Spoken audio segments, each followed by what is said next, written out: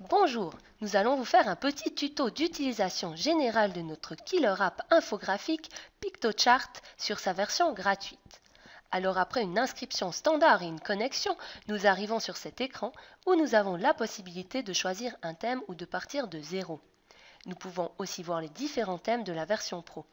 Nous en choisissons un et arrivons sur l'écran de travail. Pour modifier un élément existant, il faut double-cliquer sur l'élément. Une barre d'outils apparaît en fonction de la nature de l'objet. S'il s'agit de texte, la police, la taille, la couleur, le style et l'alignement peuvent être changés. S'il s'agit d'objets, ce sera surtout la couleur et l'opacité.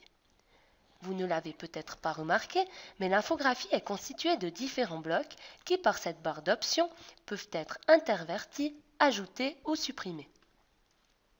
Pour ajouter des icônes ou des images, choisissez-les dans la liste proposée par l'application et les faire glisser dans le bloc souhaité ou télécharger ici vos propres images.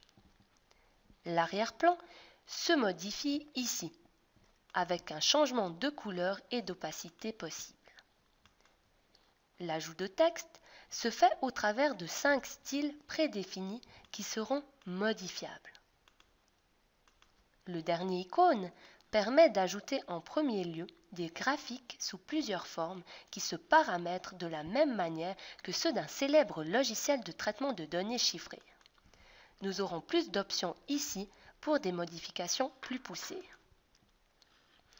Nous pouvons de la même manière importer une ou des vidéos depuis une plateforme externe, comme YouTube ou Vimeo.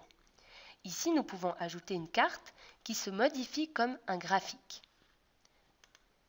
Et finalement, des lignes de séparation qui se changent comme des objets.